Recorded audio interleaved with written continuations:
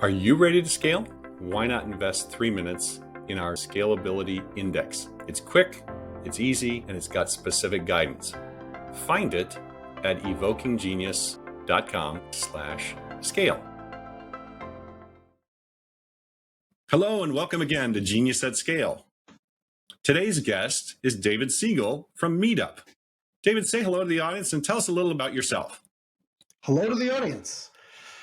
Most important thing about myself is that I am on the Genius at Scale podcast, a lifelong dream, and I'm finally on it, so I'm so excited. So I am the CEO of Meetup. Meetup is the world's largest platform for finding and building community. We have 62 million members and 260,000 communities. If you don't know us, check us out. Before that, I was the CEO of a company called Investopedia, which is the world's largest platform for investor education. For that, president of Seeking Alpha, early employee at DoubleClick, wrote a book called Decide and Conquer, and most importantly, have 3 amazing children and an amazing wife. Oh, that's great. Wow. You're ticking all the boxes. That's great. Got to keep busy. You got to scale. You got to scale. Scale family. Yeah, there you go. Scale your time. You know it. You name it. That's great. That's great. And I'm especially excited to have you on the show because one of the questions we have for everyone is how do you define or measure scale? But you're building a community or a movement, or how would you describe what you're scaling? Wow, that's a really good question. Okay. So when I originally thought about scale, I did think in the business context. From Meetup's perspective, scale is in the context of what the addressable audience potentially is. So what I mean by that is the number of people who play basketball is a lot more people on Meetup than that probably do bobsledding in general in the world, especially, let's say, in the United States. So if I think about scale, scaling for bobsledding in the US might be 1,000 people versus building a community around basketball in the US would not be 1,000, it'll be a much, much greater number. So I do think that scaling is in the context of what the addressable audience and the number of potential people could be. I also think scaling isn't necessarily a good thing. I think scaling is often perceived as a positive, but scaling can be just as much negative as positive, and it could be very negative, for that matter as well. How do you measure it? Do you measure for the impact or for the feedback you get from the participants? So for Meetup, our number one KPI around scale is the number of connections that are made on our platform. So every year, our key KPI is not revenue, it's not profit, but it's to hit over 30 million connections between people. So we actually can measure that. So a connection can be if someone came to our platform and they chatted with each other before or after an event. They came to an event and there were 6 people at the event and they left a rating afterwards. It was a positive rating and positive feedback. That means that they actually did go to that event. So we actually track the number of connections that are made because Meetup's general goal is to cure the loneliness epidemic, to help people to connect with other people. So for us, scaling is the opportunity to help people meet others that share their passion and interest that they may not have met without our platform. That to us is scaling. It's ironic. My wife and I were at a jazz concert at a winery we went to, and we went there last year. We're in wine country, sort of. We're in the Bay Area and there's lots of wine. Mm-hmm. But the meetup was kind of a dud.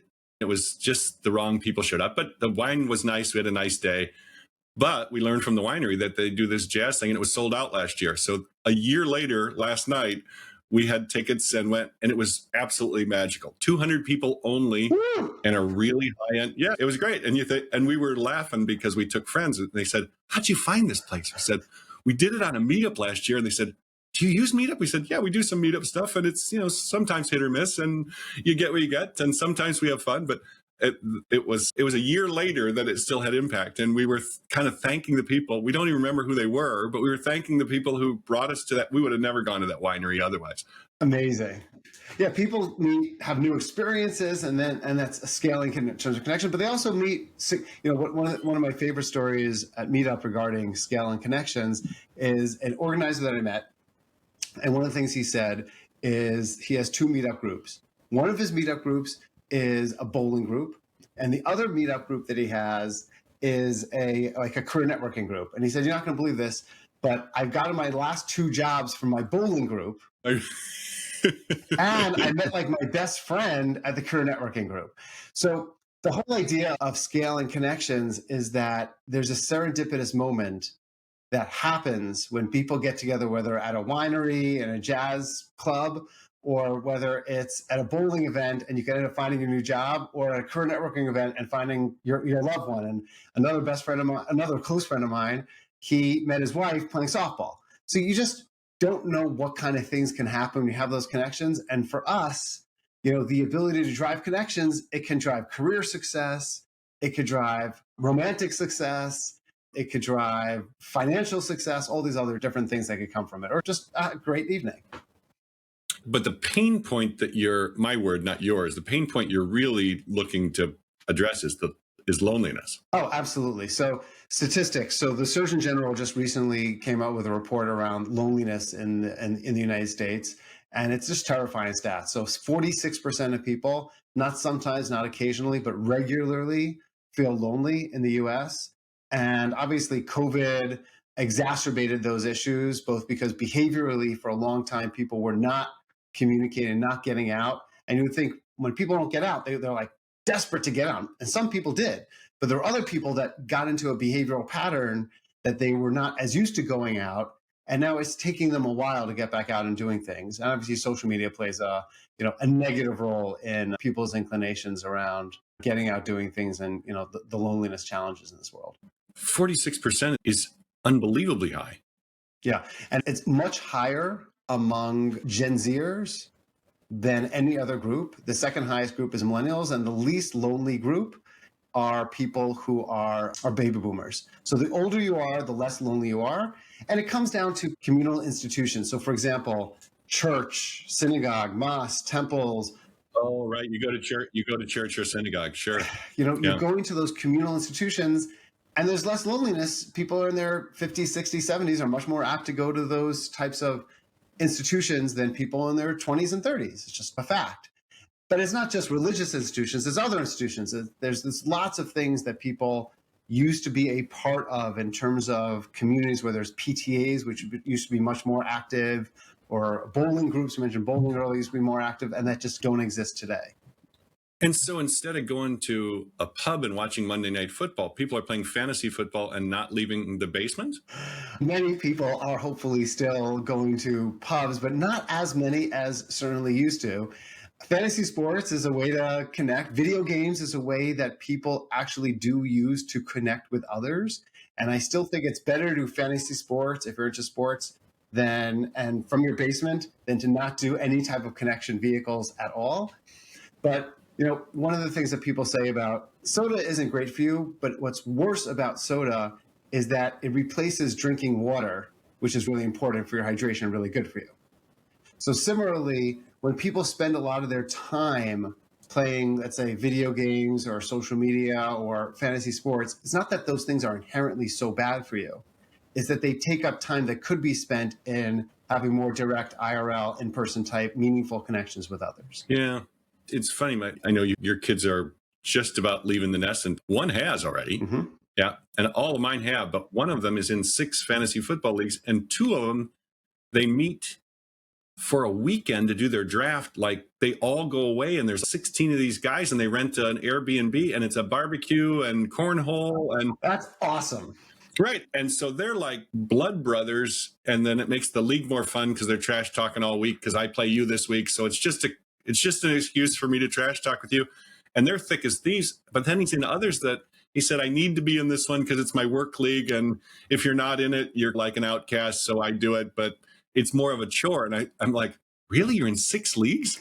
That's crazy. But those annual rituals are so powerful. It's amazing how once a year you could get together with the 16 people. And like you said, you could be blood brothers, blood sisters. You could be so incredibly close with people. And just ritualizing community and connections is just incredibly powerful. Yeah, that's great. Again, because you're an outlier in terms of even the CEO prototype. Tell us about your background, because you don't come from a, if you will, a classic CEO background. Tell us a little about your background and how you ascended to the CEO role. Yeah. Okay. So I started off in human resources, which is not the most common path to become. Boo, boo, boo. Right, it's the wrong division. There's no, you just don't see it.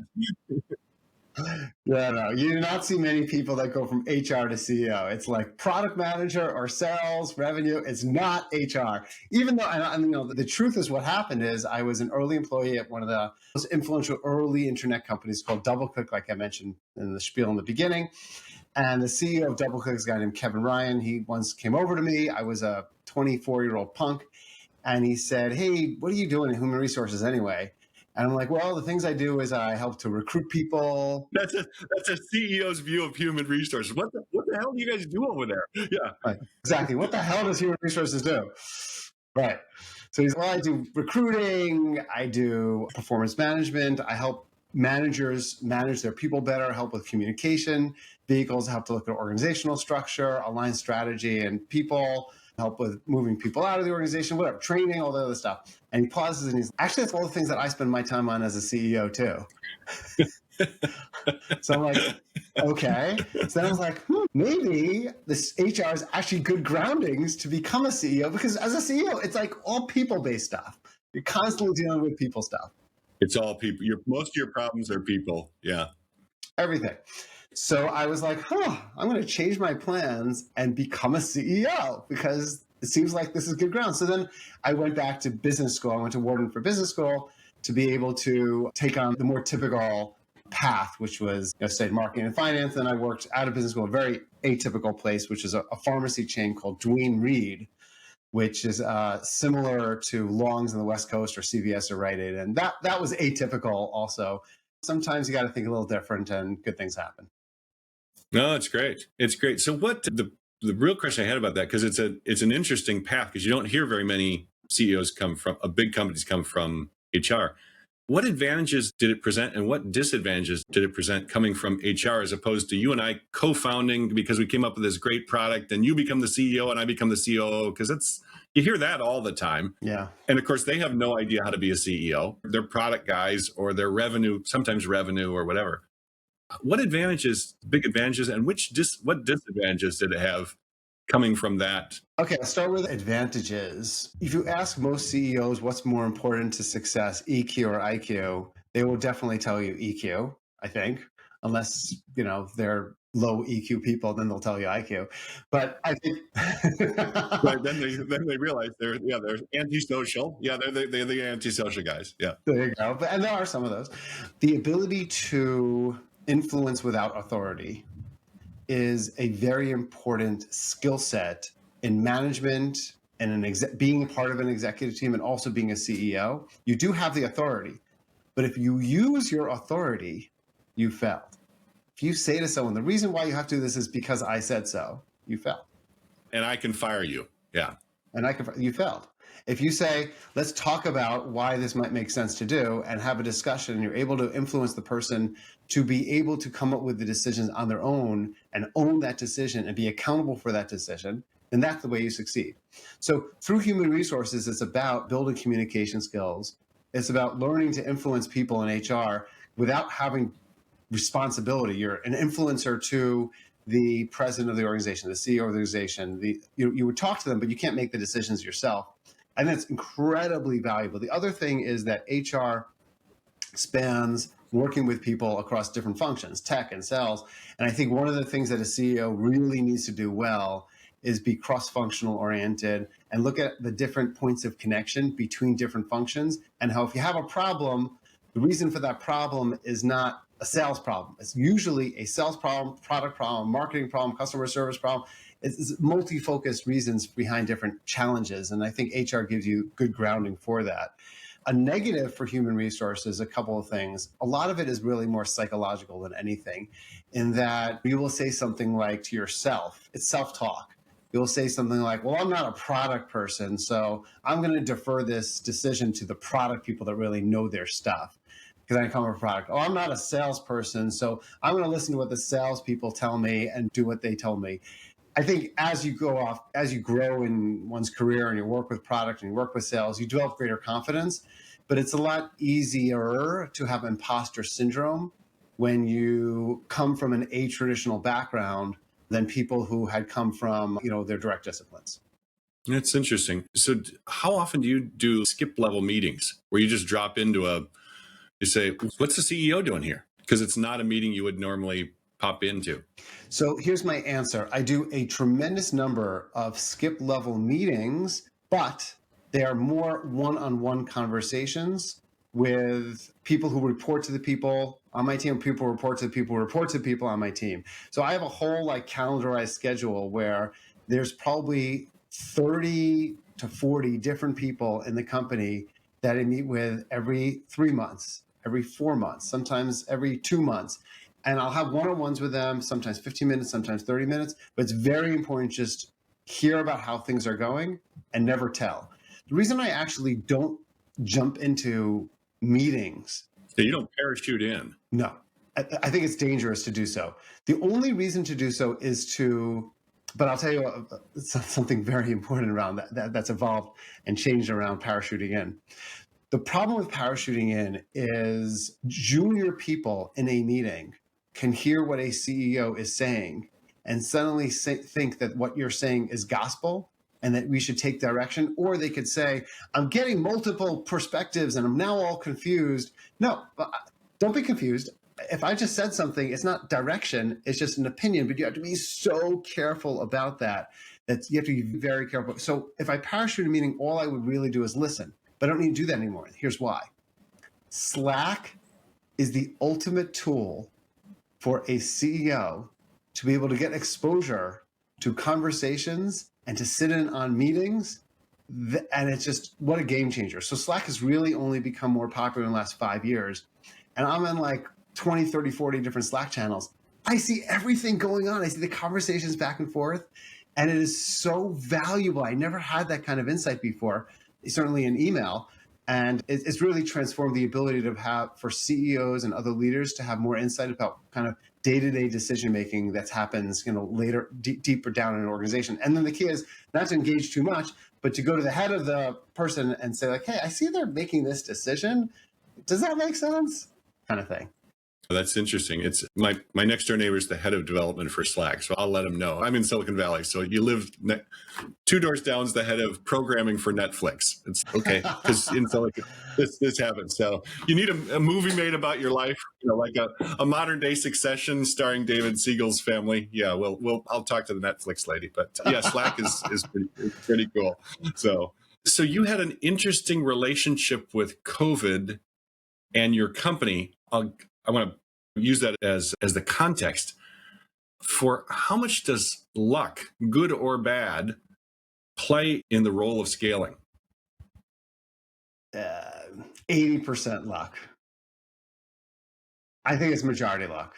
I really do. There's all these different philosophies around how much luck, how much skill, how much hard work. So first of all, number one is I do have a belief in the following statement, which is luck is hard work. Meaning, I agree. If you work really hard, you could set yourself up to end up being lucky. So for example, I have had 7 jobs in my career. I've never applied for a job. I've gotten lucky in that different people have reached out to me from my past and said, hey, will you join this company? Or, hey, I heard this company's hiring someone. In the case of WeWork, someone who was on the board of Seeking Alpha, which is a company I was president of, reached out to me and said, hey, do you want to meet Adam Newman? Who doesn't want to meet Adam Newman? Crazy man. So right. Just for sport, you want to do that. Just for the stories, right? And of course, when I met him, the first thing he did is give me an introduction to his ice bath, and that he takes at 5 o'clock in the morning. So if you work really hard, you could create situations where there's significant optionality. And what I mean by that is all these different great positive things can come from that. So I think you can work hard to create a situation for luck, but ultimately at the end of the day, lucky things happen, but you could have a higher likelihood of lucky things happen. So for example, not to be too talking about Meetup, but I have to, I'm the CEO. When you get together with lots of people and you meet lots of people, lucky things can happen. As opposed to if you're sitting in your basement, just, watching, playing video games. So I think most of my personal career, and in terms of going back to your original question around COVID, when COVID hit and we saw every single group in China shut down overnight in late February, and then in Italy, and we thought we wouldn't survive. We thought the company would end after 18 years of kind of success. So unlike a graphics, they were just falling. They were falling like dominoes. Falling dominoes. Our number of events went down by 80% in just 1 month because everything was IRL, everything was in person. We immediately got together and created a capability to host online events within a week. We started seeing it climbing back. But the lucky thing was that COVID ended up being a boon to our business. And this year will be the highest revenue, profit, everything else, for us, because now online events is something we should have allowed in the past. We didn't. Lucky, quote unquote, that now we ended up with kind of an opportunity to be able to create online events, and that's helped to make our product and our business better. Is it fair to say without COVID, would you have eventually gotten to online events, or was that so embedded in the culture that they were like forbidden? Let me give you an example. So WeWork had a big conference, and our founder, Scott Heiferman, I've been the CEO for about 5 years. Our founder was the CEO for about 16 years prior, stood up at the conference with a giant axe, and he took a VR device and he started smashing the VR device into little pieces. And he said, Meetup is all about in person. We have turned down in our history millions, tens of millions of dollars by groups that wanted to be online only through our history. And we forbade them on our platform. So it was so part of our business. But ultimately what happened is when we got our team together, I said, what's our mission? Our mission is to empower personal growth through real human connections. Our mission doesn't say through IRL. It has to be IRL. Our mission is about connections. Our mission is not about in person. So we could further connections, during this time, and we would never have done it. It was just one of these just cultural taboos that we would never have had a basis to be able to change. It's funny. It sounds to me like religious things where people say we are never doing that because our religion, and you go, no, our religion says love your neighbor. It doesn't say how. It doesn't say you're not allowed to do it. You go, yeah, what could you do that? Isn't there room for that? It's interesting. Yeah, and the diehards were at Meetup, the employees were so opposed to it too. They were like, they were actually had one or two employees threatened to potentially quit because they were so opposed to it. They said, this COVID thing is gonna be done in a week or two. We don't need to change this. Well, that didn't happen. So it all worked out. So now you're bigger because of it, because you have both branches thriving. Yeah, and we just launched hybrid events. So there's all these events now that are in person and online, so people could do them both ways. So so you can do live streaming from an in-person event and all that stuff, and have some people that are hybrid, exactly, online, some people that are in person. So what that does is, it allows people who don't live in a certain geography. Let's say you're the parent of ADHD kids and you are in Kansas City, and there's no parent of ADHD group in Kansas City. Well, now there's an online group. You could join the St. Louis one, you could join the New York one, you could join the Kuala Lumpur one. So it just allows people to find their people irrespective of geography. Yeah, that's interesting. So how much of that was horse trading or influencing because you could have stood on their desk and said, we're going this way or you're fired because we have to. How much of that was you exercising a high risk profile? This is a risky move and we're going to do this. And how much of it was the HR side or the people side where you said, hey guys, what if? On this particular instance, this was a top-down decision, which I do very sparingly and very uncommonly. One of the things I believe is that CEOs need to be an island at times. And if you just rule by democracy, you're going to not be an effective CEO. It doesn't work.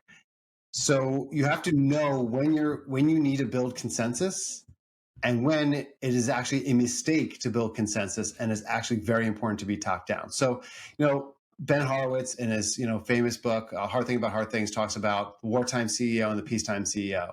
So when you're a wartime CEO, you cannot be the consensus building, HR focused type leader. You have to be a top down decision maker and implementer and risk taker.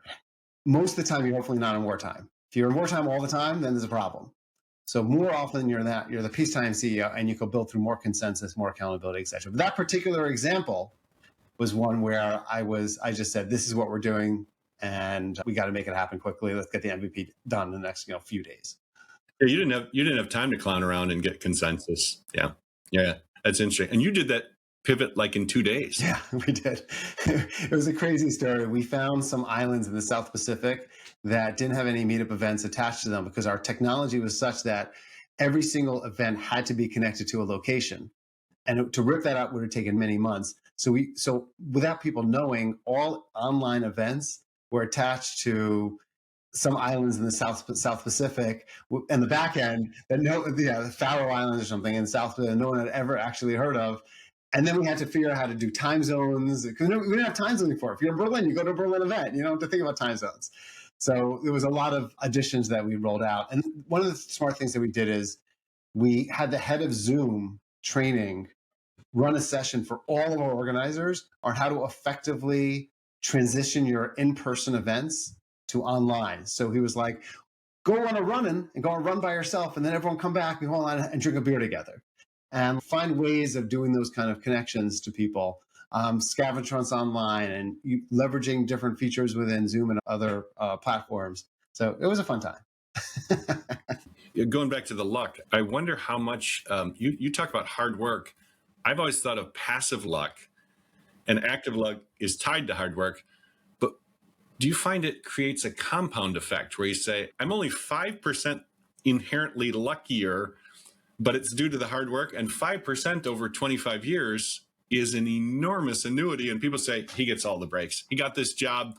I don't even know how he got the job. And you go, because I've done 20 years of staying in contact with close friends and I'm connected to. Is it that, or is it? Oh, big time. When you say hard work. Yeah, it's compounding because. What's the hard work part? Well, the hard work, first of all, it's hard. Because it sounds, I hear hard, I think of like you're in the salt mines, and it's not that. It's. No, it's so I would say luck is smart work is a much better way to put it. Got it. Okay.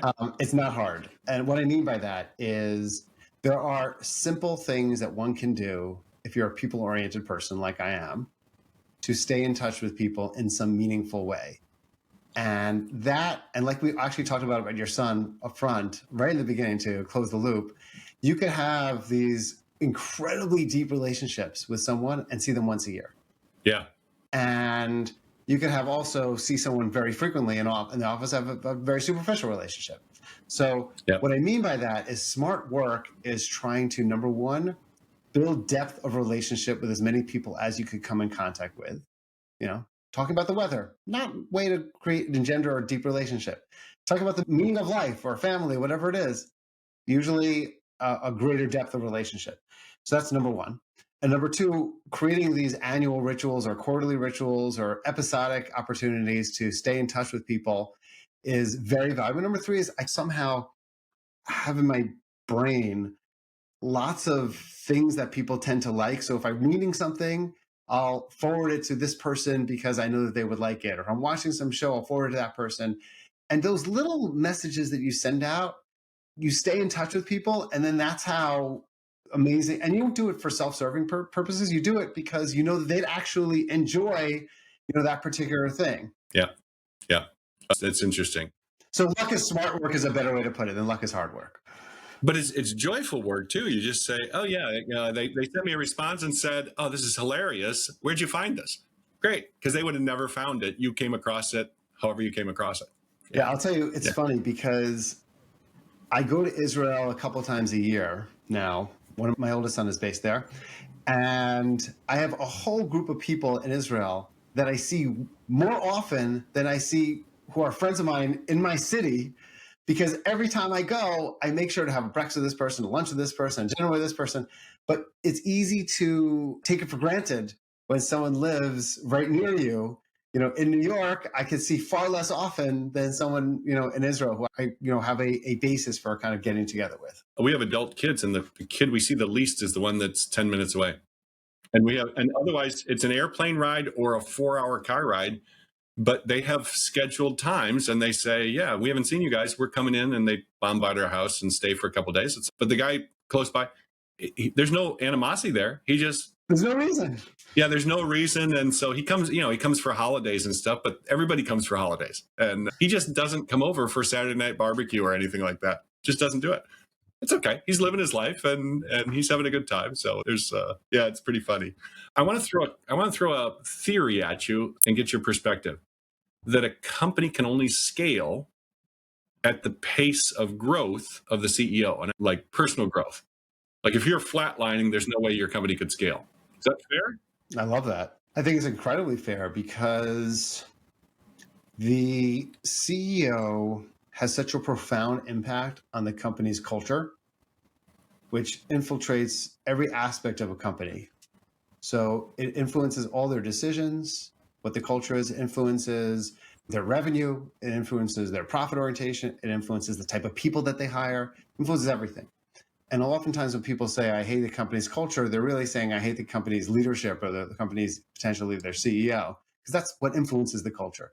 So to your point, if a CEO or the leadership in a company, the leadership team, because they're both really obviously different and important, are not able to scale effectively because of dysfunctions, which inevitably exist but are not acknowledged and dealt with appropriately, then the ability for the company to effectively scale is problematic. So, for example, if the CEO or leadership team is poor communicators, and you try to scale a system where there's failing communication processes, everything breaks down, and fiefdoms develop, and bad decisions get made. Then that hurts obviously the company's financials, et cetera. So I wholeheartedly agree. That's great. Last question. It's one of our favorites. We ask all our guests. If we had gone to your junior high school with a National Geographic film crew that films those nature shows and followed you around for a semester, would we have then gone to Vegas and placed a big bet on, 15 years from now, this is a kid to bet on as a CEO or as a star performer? Or would we have said, oh God, no? Like me, they would have probably bet prison time, but I don't think prison time, but also for the older audience who remember Family Ties, I was not the Alex P. Keating from exceptional individual from a young 7th and 8th grader. I was actually quite shy. I lacked confidence. I was fearful as all hell of public speaking. I was terrified of speaking my bar mitzvah, and I was definitely quieter. I wasn't as into sports as some of the other people were. I got very into sports kind of a little later on in life. Was sports a currency in your junior high? Oftentimes it's a form. If you're good in basketball, if you're good in baseball or whatnot, that's a currency. Yeah, very much so. Huge. Yeah, I focused like my kids because I wasn't like the basketball player or whatever soccer player. Like each of my kids are quite talented in different sports, and it's because I think in the environment that I had grown up in and our kids growing up, it tends to correlate oftentimes to confidence, and confidence will help to correlate to other elements and later success. And like lack of confidence also correlates to other problems that can develop as well. So I definitely lack confidence. And I would say I was a 1 in a billion shot to be like a CEO at that point in time. It's fun going back to high school reunions and things like that, because there's probably a little bit of surprise there. It's funny. So I'm just a follow on, then we'll wrap up. Did the lack of confidence come because you weren't a starter on the basketball team, or you weren't a starter on the basketball team because you lacked confidence? No, it's an interesting question. I would say the lack of confidence came because I was not a sports player, and a lot of people in my team were in my classes were very into sports, and I was on the bottom end of that. And also because for some reason, especially in 7th and 8th grade, when everyone's getting into girls and dating and things, I was very nervous around girls. And that also, maybe that had a negative impact on certainly confidence as well. It ended up that I went to a very elite kind of 7th and 8th grade class where 3 of the 16 kids ended up becoming Supreme Court justices. So there were 12 of the 16 kids ended up going to Ivy League. That's it? Only 3 out of 16 did? What about the rest of them? Only 3. And 12 of the 16 went to Ivy League schools. So I didn't realize what like the world was like. And after that, and by the time I went to Ivy League school myself, University of Pennsylvania, I was like, my God, this place is the easiest place compared to where I went to high school and elementary school. So I had a weird extreme basis for comparing myself, I would say, to others that was unhealthy. and hopefully became healthier over time. And of course, how would you know any different? Because it's just where you went to school. Correct. You just go, yeah, this is what everybody does. You go, no, this isn't what everybody Correct. does. Well, the famous thing around happiness is that happiness is oftentimes, and wealth is about who you surround yourself with. And you could be making 1/100th of the salary and feel like you're the richest person, and you could be making tremendous salary and feel like you're, making nothing and that your life is problematic. So it's important to be cognizant of who one surrounds oneself with and how much appreciation we should have for our positions in life. Well, that's a great place to leave off. David, thank you so much for appearing today on Genius at Scale. Thank you. For our regular listeners, we look forward to seeing you on the next episode. All the best. Thanks for joining us today. Are you ready to scale? If so, invest 3 minutes in our Scalability Index. It's simple, easy, and gives specific guidance. Find it at evokinggenius.com/scale. All the best.